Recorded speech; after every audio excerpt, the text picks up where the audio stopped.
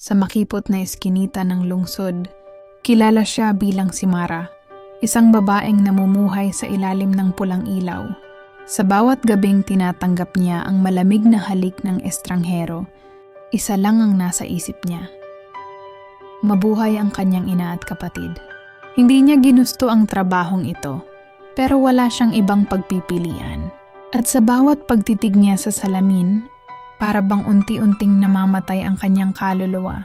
Isang gabi nakilala niya si Elijah, isang manunulat na dumadaan lamang sa bar upang mag-obserba ng buhay ng mga tao. Hindi tulad ng iba, hindi siya lasing, hindi siya bastos. Umorder lamang ito ng kape at tinabihan siya. "Pagod ka na, hindi ba?" Tanong ni Elijah na para bang binabasa ang puso ni Mara. At sa unang pagkakataon, may nakakita sa kanya bilang isang tao, hindi bilang paninda. Sa mga sumunod na gabi, palaging bumabalik si Elijah. Hindi niya kailanman inaalok ng pera si Mara, kundi mga salita. Nagkwento siya tungkol sa kanyang mga pangarap, sa mga librong sinusulat niya, at sa paniniwalang lahat ng tao ay may karapatang magsimula muli. Unti-unti, bumukas ang pader na itinayo ni Mara para protektahan ang sarili. At sa mga titig ni Elijah, natagpuan niya ang isang bagay na akala niya'y hindi na niya mararanasan muli. Pag-ibig. Paglipas ng ilang buwan, natuklasan ni Mara na siya'y nagdadalang tao. Unay natakot siya, isang anak sa gitna ng kanyang magulong nakaraan. Ngunit sa bisig ni Elijah, nakahanap siya ng lakas. "Huwag kang matakot," wika ng lalaki. "Ang batang ito ang magiging bagong simula natin." Ngunit alam nilang hindi madali. Ang bugaw ni Mara at mga kliyenteng galit ay patuloy na nakatingin sa kanila, tila mga aninong ayaw silang pakawalan. Isang gabing maulan, habang naglalakad silang magkasama, sinalubong sila ng mga lalaking galit sa kanila. Nagkaroon ng kaguluhan. Sa pagtatanggol kay Mara, si Elijah ang nakatanggap ng saksak. Duguan bumagsak siya sa bisig ng babaeng kanyang minahal.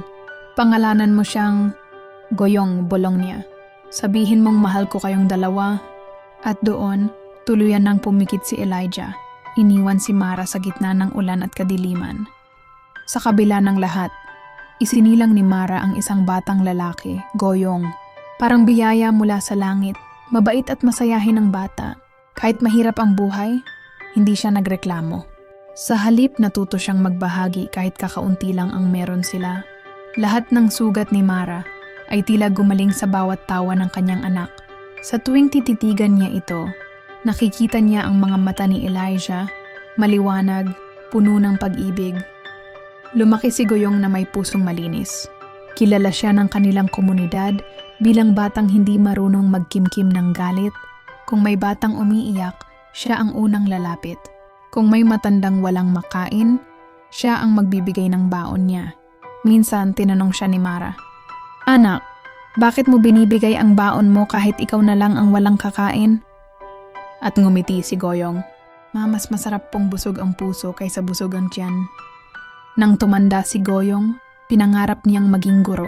Para sa kanya, ang pagtuturo ay paraan para magbigay ng pag-asa sa mga batang kagaya niya, mga batang galing sa hirap ngunit may karapatang mangarap.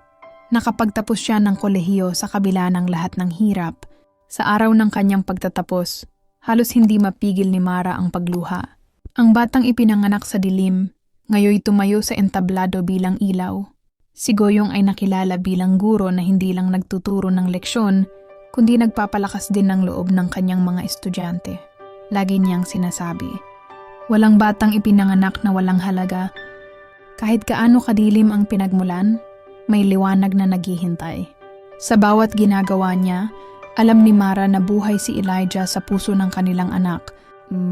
Matanda na si Mara at si Goyong ay isa ng ganap na lalaki, mahal ng lahat dahil sa kanyang kabutihan. Sa isang gabi ng buwan ng maliwanag, magkatabi silang nakaupo.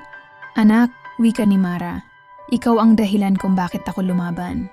Kung wala ka, baka matagal na akong sumuko." Ngumiti si Goyong at hinawakan ng kanyang kamay. "Ma, hindi lang ako ang ilaw mo.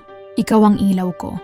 At ipapangako ko, dadalhin ko ang liwanag na ito sa lahat ng makakasalubong ko."